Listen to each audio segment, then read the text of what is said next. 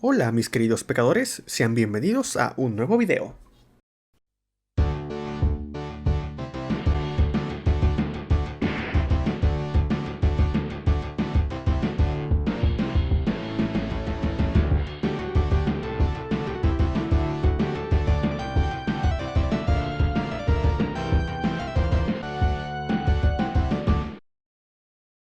El día de hoy voy a analizar un poco de Nanatsu no Taizai, o también conocido como Los 7 Pecados Capitales, una serie de manga creada por Nakaba Suzuki en el año 2012 y finalizada en marzo de este año. Interesante saber que inició en el supuesto fin del mundo y terminó en el verdadero fin del mundo. Vaya. Esta cuenta con una adaptación al anime a cargo del estudio A1 Pictures en las primeras 2 temporadas y siendo reemplazados por el estudio Teen a partir de la tercera, pero no hablaré de eso, solamente me enfocaré en la trama y en los personajes. Esta historia se sitúa en la época medieval, que comienza con Elizabeth, princesa del reino de Lyonés, que, en busca del líder de los 7 pecados capitales, llega a una pequeña taberna llamada El Sombrero de Jabalí, donde conoce a Meliodas, el dueño del lugar. Aquí pasan unas cuantas cosas, peleas y problemas cuando se descubre que ese pequeño tabernero es el líder de los 7 pecados capitales.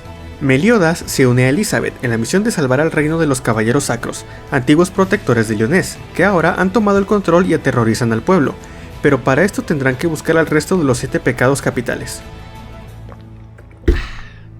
Siendo esta la sinopsis y antes de continuar con el resto de la historia, quiero avisar que este video contendrá spoilers, crueles y salvajes spoilers, así que ya están advertidos. Vamos a hablar un poco de lo que a mi parecer fueron los elementos que hicieron que la serie tuviera un final bastante mediocre tirándole a malo, y ciertos elementos que fueron mal utilizados como los siguientes. Uno de los elementos más importantes de toda obra es la historia que nos relata. En el caso de Nanatsu no Taizai está fuertemente inspirada en la leyenda del rey Arturo, tanto en personajes como en la ambientación y ciertos elementos narrativos. La obra parte desde el encuentro de Meliodas con Elizabeth, quienes podríamos decir que son los protagonistas principales, hasta llegar a cumplir su sueño de estar juntos para siempre. Ups, primer spoiler. Desde mi punto de vista, me parece que desde el principio la aventura progresa bien, y la historia se hace más interesante generando expectativas sobre el pasado de los protagonistas y descubriendo esas partes de su vida que queríamos saber, teniendo enfrentamientos y villanos muy buenos como son los 10 mandamientos, con muchos clichés, sí, pero que no necesariamente son malos y se estructuran de forma correcta. Me gusta la manera en que se relacionan algunos personajes, aun cuando prácticamente la motivación de todos gira en torno al amor, me agrada que aquí podemos ver cómo dichas relaciones se van desarrollando y forjando conforme progresa la trama. Por ejemplo, King y Diana, quienes comienzan siendo amigos aunque King siempre estuvo enamorado de ella. Vemos cómo forman una relación, misma en la que se siguen demostrando su afecto por el resto de la historia, y no la dejan para el final de la misma como en algunas otras obras, donde vemos que es hasta el último donde se forjan las relaciones o todavía peor, que a pesar de existir dichas relaciones, parece que se les olvida ya que raramente existe una demostración de afecto. Y así vamos avanzando poco a poco hasta llegar a la saga del Purgatorio, la cual es a mi parecer el pico más alto que tiene la serie, ya que hasta este punto el manga seguía enfocado en la calidad narrativa, utilizando el combate como un elemento de apoyo. Bueno, por lo menos en su mayoría, ya que poco a poco el combate se convertía en un foco principal. En esta saga vemos a Van buscar a Meliodas y soportar un infierno literalmente para salvar a su mejor amigo, siendo este también un periodo de entrenamiento por decirlo de una manera. Y es bastante bueno, ya que se justifica bien el incremento de poder de Van, quien para ese momento era el más débil de los 7 pecados, pero después de estar cientos de años ahí se convirtió en uno de los más fuertes, capaz de enfrentarse cuerpo a cuerpo contra el rey demonio. Pero por desgracia, después de este punto la obra comienza a caer. El autor no supo cómo concluir la historia en el momento indicado, prueba de esto es que la pelea contra el rey demonio fue bastante cansada, teniendo que luchar con él como 1000 veces en 1000 formas distintas, inventando poderes sacados de quién sabe dónde. Y al final vencen al rey demonio después de 1000 años y al parecer aquella maldición que envolvía a Elizabeth se había terminado. Vemos morir a Escanor con el beso más falso que alguien puede recibir antes de partir, y creemos que por fin todo ha terminado. Y sí, me gusta el detalle de que ese beso le dejó una marca permanente a Merlín que simbolizaría la existencia de Escanor, y bueno, Escanor se fue feliz, pero luego me provocó sentimientos encontrados el saber la verdad sobre Merlín y sus intenciones. Y como dije, creemos que ya todo se terminó, pero no. ¿Se acuerdan del rey Arturo? Ese que durante toda la serie Merlín decía que Arturo era importante y quién sabe qué más, y el bestia termina apuñalado por su propia espada Excalibur. Ahora resulta que es el rey del caos todopoderoso, temido por el rey demonio y la diosa suprema, la cual nunca apareció. Todo este poder se le da sin ningún mérito a mi parecer, ya que básicamente se convierte en dios de todo, capaz de moldear la realidad a su antojo, y será el trabajo de Merlín guiar a Arturo para que se convierta en el rey supremo y quién sabe qué más. Y descubrimos que ella utilizó todo el tiempo los 7 pecados capitales para cumplir este objetivo. Y así termina la historia. Meliodas y Elizabeth son felices, tienen un hijo y continuará la historia, pero ahora contando la aventura de su descendencia. Y sinceramente lo que pasó con Arturo creo que debió haber sucedido mucho antes o simplemente no suceder porque a mi parecer fue mal ejecutado. Son tantas cosas que me parecieron que estuvieran mal aplicadas, recordando que es mi opinión totalmente debatible, como darle tanta importancia a Hawke, ya que al final él era un portal al purgatorio y el rey demonio veía a través de sus ojos, junto con su hermano irrelevante. Aunque bueno, la verdad es que Hawke no me agrada, así que parte de este punto se basa en mi desagrado hacia él. Entre otros de los elementos que hicieron que Nanatsu no Taizai cayera en picada fue el desarrollo de algunos personajes. En este caso hablaré de aquellos que siento que fueron factores importantes tanto en los puntos altos de la historia así como en sus puntos más bajos, y que muchas veces fueron desaprovechados o escritos de una manera que tal vez no fue la correcta. Creo que el autor cometió el mismo error de obras como Dragon Ball o Naruto, darle demasiado poder a unos pocos, relegando a los demás a ser solamente apoyo o a simples costales de boxeo, aun cuando se ve que tienen el potencial para dar más. Un ejemplo de esto último para mí son los caballeros sacros, en especial Gil Thunder. Al comienzo de la historia lo vemos como alguien fuerte, imponente y frío que a leguas se ve poderoso, pero en el momento en que Meliodas lo libera del control que Hendrickson y Vivian ejercían sobre él, todo ese poder se va y queda cada vez más y más relegado conforme avanza la historia, dejando a un lado su carácter serio y poco a poco convirtiéndose en un alivio cómico al más puro estilo de Yamcha, haciéndonos sentir que tanto él como el resto de los caballeros quedan estancados en la esquinita de la vergüenza. Y sí, yo entiendo que es normal que en una historia los protagonistas se hagan cada vez más fuertes, llegando al punto de que solo ellos sobresalen, pero viendo otras historias podemos darnos cuenta de que esta regla no siempre debe seguirse, como en Fullmetal Alchemist, donde Edward y Alphonse se hacen más hábiles con el paso del tiempo, pero al igual que ellos todos los personajes se fortalecen y se mantienen en un balance, por lo que muchas veces los hermanos Elric, a pesar de ser prodigios en la alquimia, se ven superados por otros personajes secundarios de una forma natural, siendo muchas veces estos secundarios los que tienen sus momentos para sobresalir por encima de los hermanos. Y esto nos hace ver que a pesar de que son los protagonistas tienen que esforzarse mucho para seguir adelante. En Nanatsu no Taizai, poco a poco los caballeros sacros terminan siendo la especie más débil de todas, cuando al principio de la historia se nos mostraba como soldados poderosos. Sin embargo, este desperdicio no solamente cae en los personajes secundarios.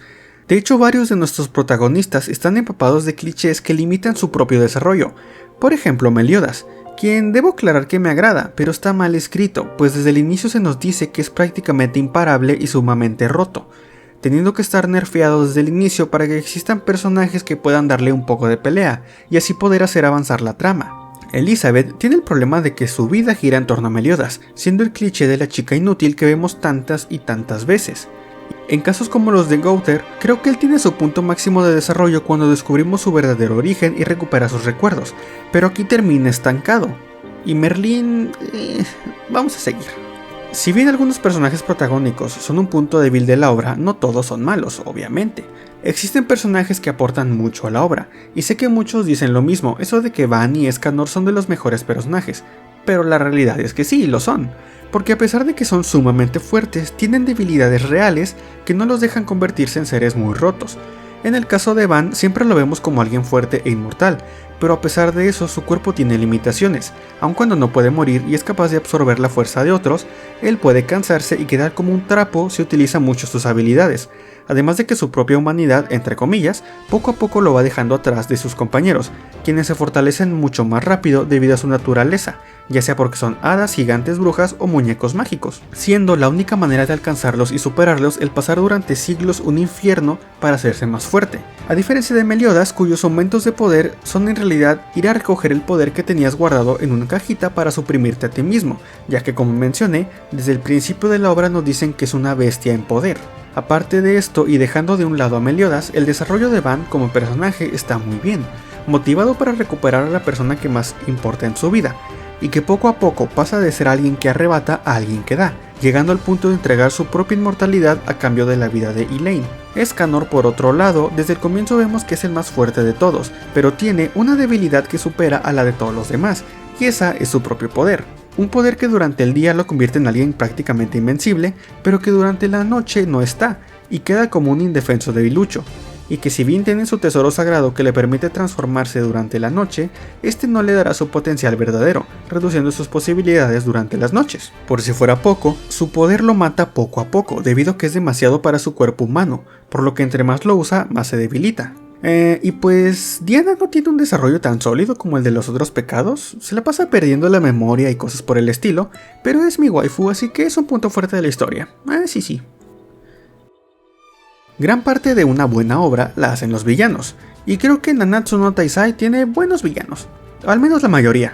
Por ejemplo, a mí me gustó Hendrickson, como el antagonista de la primera saga, quien pretendía sumir leones en la oscuridad y resucitar al clan de los demonios con ayuda de los caballeros sacros, quienes eran manipulados para creer que los 7 pecados capitales eran los malos de la historia, presentándonos también a personajes interesantes como Gila o Dreyfus, y como inicio me parecieron bastante competentes, aunque como mencioné anteriormente terminaron convirtiéndose en los Yamcha de la historia. Después de ellos siguen los 10 mandamientos, quienes toman los reflectores de la villanía y creo que son el punto más alto en la historia en cuanto a villanos se refiere. Es una lástima que se deshicieron de ellos muy pronto y arruinaron a otros por completo, ya sea al convertirlos en un saco de boxeo para la trama o hacer un plot twist que arruinó por completo al personaje. Después tenemos al Rey Demonio, quien era más interesante cuando actuaba en las sombras, y peor todavía fue el gato ese que quería robar la energía del caos, siendo este el último enemigo a vencer y el más innecesario a mi parecer. Jamás podemos conocer a la deidad suprema, a la cual se la pasaban mencionando y generando expectativa de su poder, concluyendo la obra de una forma que se hacía notar cansada, y que terminó porque ya tenía que terminar. Sinceramente hubiera preferido que acabaran en ese momento antes del plot twist donde el Rey Demonio vuelve a atacar, y que ataran otros cabos sueltos como Celdris y Arturo de alguna otra manera. Y sobre todo que no hubieran salido con la ridiculez de que la madre de Hawk, un personaje totalmente irrelevante en toda la historia que prácticamente era un taxi gigante, fue en realidad la madre del caos. Teníamos antagonistas bastante interesantes como lo son los 10 mandamientos, para que al final un gato mágico fuera el más peligroso y el menos interesante. Personajes como Starossa me parecían excelentes cuando se presentó con los 10 mandamientos, pues era bastante imponente, pero me lo terminaron echando a perder cuando descubrimos que era el Arcángel Mael, quien había sufrido un lavado de cerebro. Son estos elementos en la recta final de la historia que me hicieron ver el final no tanto por gusto, sino para saber cómo termina la obra. Porque si bien me gustó, sé reconocer que el final y el desarrollo de varios personajes fue malo, así como el hecho de que se le dio demasiada importancia a otros personajes que realmente no aportaban mucho a la obra. ¿Sabes, Hawk? Realmente te odio, eres como Milhouse en esta historia. Gracias por ver este video, espero que te haya gustado. Esta es la opinión que tengo de Nanatsu no Taizai, misma que es totalmente debatible, por lo que si piensas distinto te invito a que comentes tu opinión. Tal vez he malinterpretado o sobrepensado algunas cosas, por lo que tus comentarios son importantes para mejorar mis análisis, porque creo que me falta mucho para mejorar. También te invito a que te suscribas para ver más contenido. Sígueme en Twitter, donde suelo publicar cosillas seguido, y también en Twitch, donde trataré de jugar en vivo si la vida de adulto me lo permite. Y por último, activa la campanita de los pecados. Si lo haces te convertirás en un poderoso pecado capital. Aquí me despido y nos vemos en el próximo video.